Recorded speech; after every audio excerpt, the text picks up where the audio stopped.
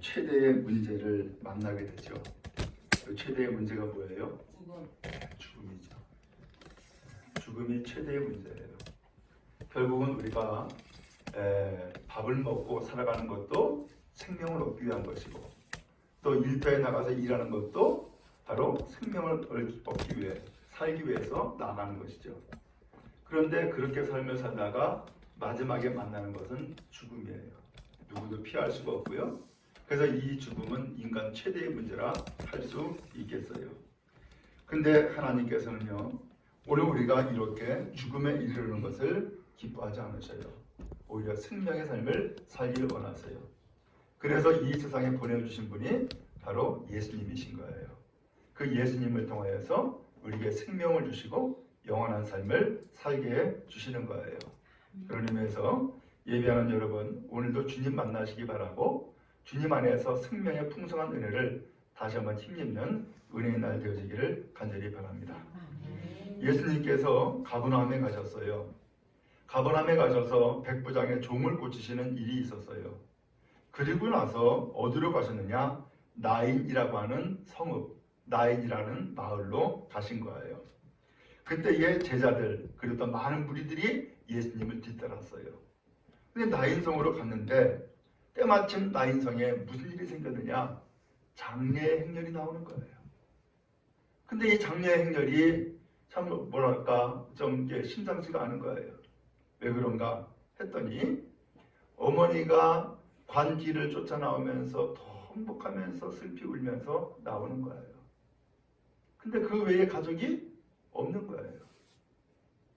알고 봤더니 그 죽은 사람은 그의 외아들이고, 그리고 이 어머니는 남편이 없는 과부였던 거예요.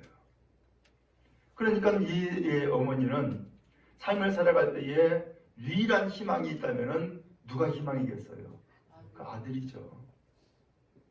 남편도 없이 아들 하나 키우고서 지금까지 지내왔는데 어느덧 이 아들이 청년이 된 거예요. 근데 이 청년이 되었을 때에 무슨 일이 있는지 모르지만은 이 아들이 죽은 거예요. 비참하죠. 비극이죠. 절망스럽죠. 지금까지 아들만 바라보고 살고 아들이 그에게 유일한 희망이었는데, 아니 이 아들이 갑자기 죽어버렸으니 이거 어떻게 살아요? 그러나 그 죽음은 어쩔 수가 없죠. 어떻게 보면 슬피 울며 탄식하는 것은 그의 아들의 죽음 때문이기도 하지만은 그의 앞으로의 인생을 바라보면서 깊은 절망 가운데 있는 탄식일 수도 있는 거죠. 그러면서 장례 행렬에 뒤따라 나오는 거예요. 아울러 동네 사람들은, 그 지역에 있는 그 성읍 사람들은 이 사람이 과부인 걸 다 알잖아요. 또 죽은 자가 외아들인 것도 다 알잖아요. 그리고 이 과부가 그 외아들만 바라보면서 거기에 기대를 걸고 거기에 희망을 걸고 살아왔던 것 다 알잖아요. 그런데 그 아들이 죽었네. 그러니까는 어머니만 슬픈 것이 아니라 그 성읍에 있는 모든 사람도 같이 슬픈 거예요. 같이 안타까운 거예요. 그러니까 성읍에 있는 많은 사람들이 그 장례 행렬에 함께 따라 나오고 있는 거죠. 이러한 장면이 바로 이 나인성에 다다랐을 때에 일어난 사건인 거예요. 근데 여기에 놀라운 일이 생긴 거예요. 그 이제 10분 거리만 가면은 무덤이래요. 아주 가까워요. 그래서 성읍에서 마침 막 나오는데 예수님께서 그 성읍에 들어가시는 거예요. 장례 행렬과 예수님의 그 무리와 함께 정면으로 맞닥뜨리게 되어진 것이죠. 오늘 여러분, 예수님은 지금 어디로 가고 계셔요? 죽음이 있는 곳, 슬픔이 있는 곳, 절망이 있는 곳, 탄식이 있는 곳으로 지금 예수님은 다가가고 계시는 거예요. 여러분, 우리도 살아갈 때에 어려운 일을 만나죠? 참 이상해요. 소위 말하면 잘 나갈 때는 사람들이 모여들어요. 그죠? 자꾸 사귀자 그러고 밥 먹자 그러고 만나자 그러고 잘 나갈 때는 사람들이 모여든다고요. 근데 그 그렇지 않을 때, 어려울 때는 사람들이 떠나요. 주변에 아무도 없는 상황을 만나기도 해요. 그때 절망스럽죠. 외롭죠. 그리고 슬프죠. 그런데 반대로 예수님께서는 그 어려운 자리에, 슬픔의 자리에 다가가시더란 말이죠. 누구에게? 내가 슬플 때에, 내가 고통스러울 때에, 내가 절망으로 밤을 지새울 때에 주님이 우리 가운데 다가오시는 거예요. 그 주님이 오늘 이 시간 우리와도 함께 하시는 줄로 믿습니다. 참 놀라운 일이죠. 왜 하필이면 예수님께서 가버나움에서 백부장의 종을 고치시고서 나인이라는 성읍으로 가셨을까? 이 나인이라는 성읍이 이렇게 크지도 않아요. 근데 예수님이 가시는 곳은 항상 뜻이 있었어요. 예수님이 가시는 곳에는 항상 놀라운 일들이 일어났어요. 오늘 어쩌면 예수님께서 이 나인이라는 성으로 가신 이유는 잘 나가는 사람 만나기 위해서 간 것이 아니라 지금 아들을 잃고 장래 행렬을 뒤따르면서 가슴 치고 통곡하며 탄식하는 이 과부, 이 어머니를 만나기 위해서 예수님은 그 나인성으로 다가가신 것이죠. 오늘 여러분, 오늘 우리도 살아가면서 이러한 일들을 만나지 않았겠어요? 그때에 누가 떠났어요? 반대로 누가 여러분들에게 다가왔어요? 놀랍게도 우리는 고백할 수 있어요. 예수님은 다 떠난다 할지라도 오히려 우리에게 다가오시고 오늘 우리의 모든 슬픔과 괴로움을 막으시는 놀라운 은혜를 베풀어 주시는 것이죠. 그러므로 이 시간도 다가오시는 주님 다시 한번 마음 가운데 영접하고 또 주님과 함께 그 길을 희망의 삶으로 나아가는 복된 성도 되어지기를 간절히 바랍니다. 다가오신 예수님께서 23절 말씀해 보니까 과부를 보셨어요. 그리고 불쌍히 여기셨다는 거예요. 여러분, 우리도 장례 행렬을 겪어보셨겠지만은 그 장례 행렬에 가장 먼저 앞서는 것은 누가 앞서요? 그 시체가 앞선다고요. 그렇죠? 시체가 앞선다고요. 그러면 예수님이 맞닥뜨리신 것이니까 가장 먼저 보이는 것은 뭐가 보이겠어요? 그 관이 보일 것 아니에요. 근데 오늘 성경에 보니까는 예수님은 그 관을 보신 것이 아니라 그 관을 뒤따르고 있는, 그 죽음의 아들을 뒤따르고 있는 누구를 보신 거예요? 어머니를 보신 거예요. 누가 가장 슬픈지, 누가 가장 가슴이 아픈지, 누가 가장 고통스러운지 주님이 아시는 것이죠. 오늘 주님은 그 과부를 보셨어요. 그리고서 불쌍히 여기실 거예요. 그리고 울지 말라라고 말씀을 하셨어요. 여러분, 그렇죠? 오늘 이 장례의 무리 가운데서 누가 제일 불쌍해요? 그 어머니죠. 오늘 우리의 삶 가운데 가장 어렵고 힘들 때가 언제였어요? 언제가 가장 여러분 비참하고 불쌍했냔 말이죠. 그때 주님께서는 다가오셔서 가장 먼저 나를 바라보시고 그리고 오늘 우리를 불쌍히 여기시는 거예요. 근데 이 성경의 내용에 보면은 참 신기해요. 예수님께서 불쌍히 여기시는 곳마다 기적이 나타났어요. 불쌍히 여기는 곳마다.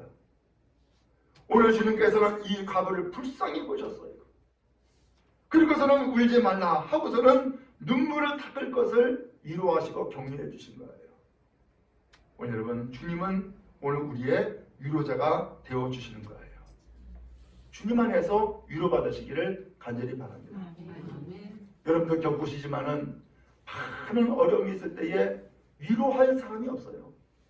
위로자가 되는 사람이 없어요. 그렇죠? 혹 위로가 된다 할지라도 그것은 임시예요. 잠시예요. 영원한 위로자는 없단 말이죠. 제가 한 번은 농촌에서 목회할 때에 그런 일을 겪었어요. 농촌에서 목회하면서 참 많이 힘들더라고. 그 목회가 참 재미있고 많은 열매를 거두고 있음에도 불구하고 힘든 것이 있었어요. 어느 날 이제 부흥 강사를 초청을 해서 부흥회를 열었어요. 근데 그 당시에는 강사를 뭐 다른 숙소를 정해가지고서 그렇게 모시고 식사 대접하고 그럴 상황이 아니에요. 농촌이니까. 그러니까 사택에서 주무시게 하고 사택에서 밥 전부 다 준비해가지고서는 식사 나누고 그렇게 한 거예요. 어느 날 이제 새벽기도 집회를 마치고 아침 식사를 하게 된 거예요. 그러니까 강사 목사님이 같이 이제 식사를 나누면서 먼저 기도를 한 거예요. 기도를 하는데 그날따라 이 기도가 저의 마음을 울리는 기도를 하시더라고. 그 내용이 무엇인가 하면은 여기에서 목회하면서 많은 어려움이 있는 것을 주님이 아신다는 거예요. 그런 가운데서도 주님께서는 힘이 되어주시고 길을 열어주시고 용기가 되어주시는 것을 주님께 부탁하는 그런 기도를 하는 거예요. 그래서 제가 그 기도를 들으면서 그런 생각이 들더라고. 아무도 모르는 줄 알았는데, 아무도 이런 것을 알지 못하는 줄 알았는데 이분은 어떻게 하나님 앞에 이것을 깨달았나 보네. 아나 보네. 다른 사람은 다 몰라도 주님은 아시는구나. 그리고 이 주님은 이 목사님을 통하여서 기도를 통하여서 지금 나를 위로하고 있구나 라고 하는 것을 깨달았어요. 그때 참 깊은 위로를 받았어요. 그렇더라고요. 오늘 여러분, 정말로 우리에게 필요한 것이 뭐예요? 우리에게 물론 돈도 필요하고 밥도 필요하죠. 일도도 필요하죠. 그런데 막상 가장 절망스러운 상황 가운데 있을 때에 오늘 우리에게 정말로 필요한 것은 뭐가 필요해요? 위로가 필요해요. 그 위로가 나에게 힘이 되어지고 위로가 다시금 일어설 수 있게 만들고 위로가 다시금 미래를 희망으로 나갈 수 있도록 길을 만들어준단 말이죠. 주님은 그런 위로자예요. 여러분 실패했었습니까? 괜찮습니다. 주님이 함께 하시기 때문입니다. 그 실패가 다시금 디딤돌이 되어가지고서 한 걸음 더 나가는 오히려 촉진제가 되어지고 그리고 더 나가서 디딤돌로 나가도록 만들어주신단 말이죠. 그러면 여러분 누가 진정한 나의 위로가 될까요? 오늘 여기 성경에서도 보니까는 이 과부가 그 죽은 아들 때문에 지금 장례 행렬에 뒤따르고 있어요. 아무도 가족이 없는데 그 동네 사람들이 다 나와가지고서는 그 장례 행렬에 함께 참여하면서 함께 슬퍼해요. 그 위로가 되죠. 그런데 그것이 끝이에요. 더 이상 안 돼요. 그런데 오늘 이 과부에게 진정한 위로는 누가 있느냐? 그 죽음과 슬픔 가운데 다가오신 예수님께서 오늘 이 과부를 불쌍히 여기시고 하시는 말씀이 울지 말라 하면서 눈물을 그치게 만들어준 거예요. 슬픔을 그치게 만들어준 거예요. 오늘 여러분 주님 안에서 위로받는 여러분 되어지기를 주님의 이름으로 축원합니다. 아멘. 아무도 몰라 라고 하지만 주님은 아세요.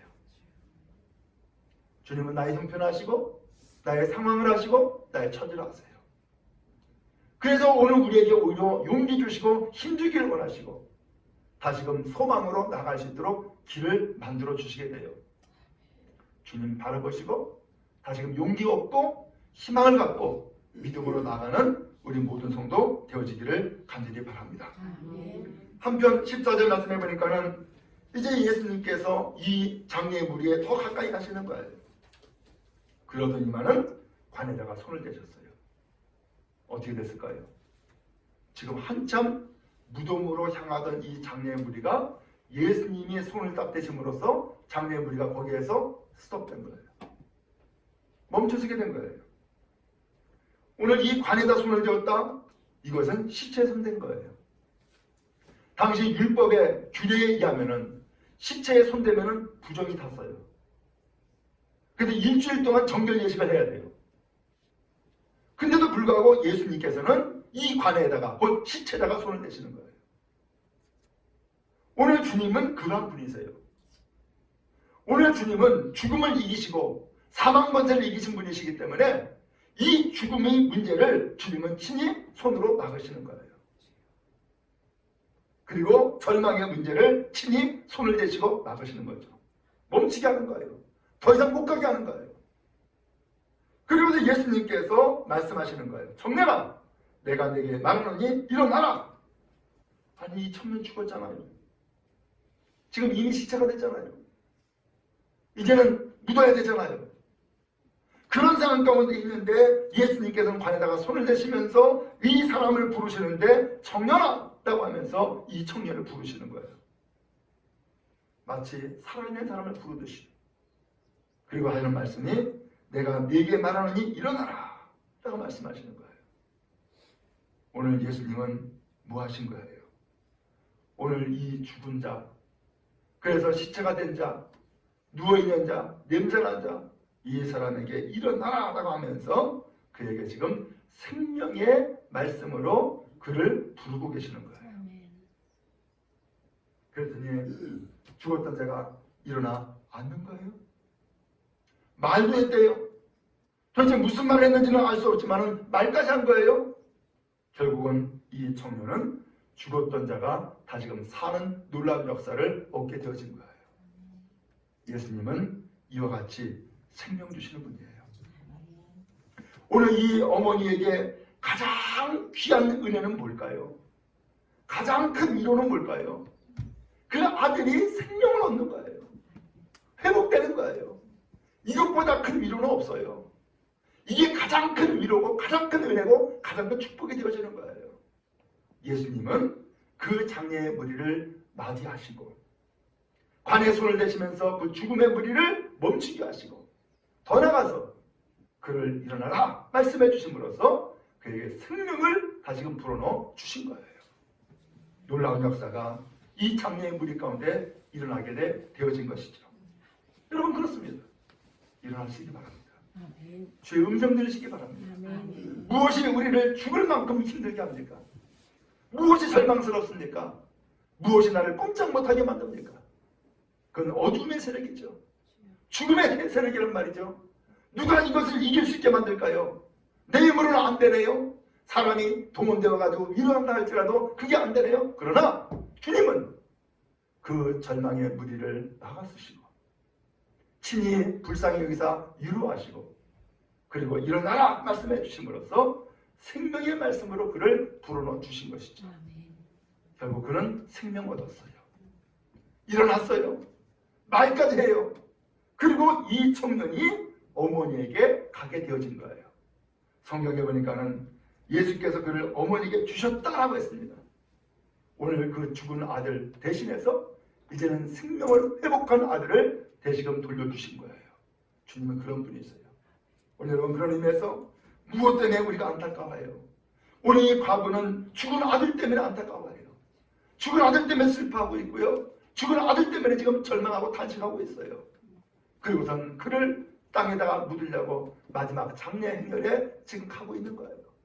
더 이상 그에게는 희망이 없는 상황이었어요. 그러나 그때 주님이 다가오셨고 그때 주님이 위로가 되셨고 그때 주님이 그를 살리심으로써 생명을 되찾게 하는 놀라운 역사를 나타내 주신 것이죠.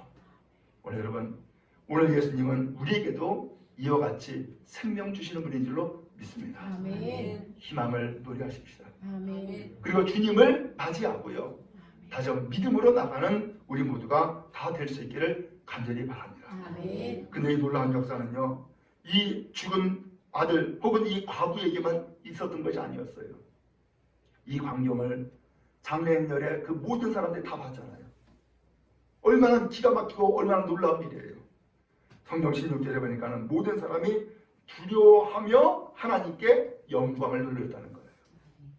지금 이 사람들은 예수님이 그 관에다 손을 대시고 그 청년에게 생명을 주는 언어로 말씀하실 때에 그들은 뭘 본 거예요? 하나님의 영광 가운데 임하신 것을 본 거예요. 예수님을 통하여서 나타내신 하나님의 영광을 이 사람들은 바라본 거예요. 그러면서 너무너무 놀라운 광경이 펼쳐지니까는 두려워 떨게 된 거예요. 야, 하나님이 이렇게 역사하시는구나. 하나님이 이렇게 임하시는구나. 오늘 여러분, 우리에게도 이러한 은혜가 경험될 수 있기를 간절히 바랍니다. 내가 미처 생각하지 못했던 것, 내가 미처 상상도 못했던 이 사건들이 펼쳐짐으로써 야, 하나님이 이렇게 역사하시는구나. 하나님이 이렇게 도와주시는구나. 하나님이 이렇게 회복시키시고 이렇게 살리시는구나. 야, 하나님 정말 무섭다. 하나님 참 놀랍다. 이렇게 하면서 사람들이 영광을 돌린 거예요. 그러면서 이어서 이야기하죠. 큰 선지자가 우리 가운데 일어나셨다. 또 어떤 사람은 하나님께서 자기 백성을 돌보셨다 라고 하면서 그들이 이야기를 하게 된 거예요. 큰 선지자가 누구라는 얘기예요? 예수님을 두고 한 얘기죠. 큰 선지자라는 뜻은 하나님의 대언자라는 뜻이에요. 하나님이 주시는 말씀을 보여주시는 그런 선포하는 사람을 큰 선지자라고 얘기를 해요. 오늘 예수님은 바로 하나님의 아들로서 하나님의 말씀, 하나님의 역사를 친히 이 죽은 자를 통하여서 나타내 주시고 보여주신 거예요. 그래서 예수님이 누구인지를 스스로 나타내 주셨어요. 예수가 누구세요? 생명 주시는 분이래요. 죽은 자를 살리는 분이래요. 그리고 희망을 얻게 하고 믿음으로 나가게 만들어 주시는 분이래요.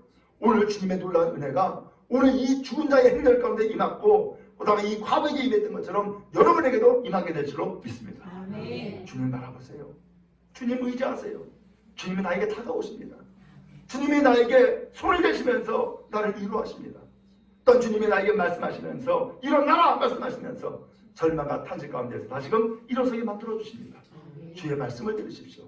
주님을 맞이하십시오. 주의 음성을 들으십시오. 그리고 주의 놀라운 역사로 인하여서 감사하며 찬양드리는 우리 모두가 다 되어지기를 주님의 이름으로 축원합니다. 마지막 17절 말씀에 보니까 예수께 대한 이 소문이 온 유대와 사방에 두루 퍼졌다는 거예요. 예수께 대한 이 소문? 예수께 대한 소문이라는 게 무슨 소리예요? 도대체 저 예수가 누구야? 도대체 저 예수가 누구시길래 이런 역사가 나타나는 거야? 하면서 사람들이 소문이 나고 소문이 퍼졌다는 거예요. 이 사람들은 예수님을 이 사건을 통해서 깨달아 알게 되어진 것이죠. 여러분 그래요? 오늘 여러분 예수님을 아십니까? 우리는 들어온 것으로 피상적으로 알 수 있어요. 근데 진짜 예수님은 언제 아느냐? 내가 경험으로 알 수 있어요. 나에게 임하시는 사건을 통해서 예수님을 알 수 있어요. 야, 예수님은 살아계신 분이구나. 아, 예수님은 역사하시는 분이구나. 예수님은 나에게 생명 주셨고 나의 삶을 회복시킨 분이구나 라고 하는 것을 구체적으로 알 수 있게 되어져요. 우리 여러분 그 예수님 만나시기 바라고 그 예수님 체험할 수 있기 바라고 그 예수님을 고백하며 나가는 예배자가 되는 은혜가 있기를 주님의 이름으로 축원합니다.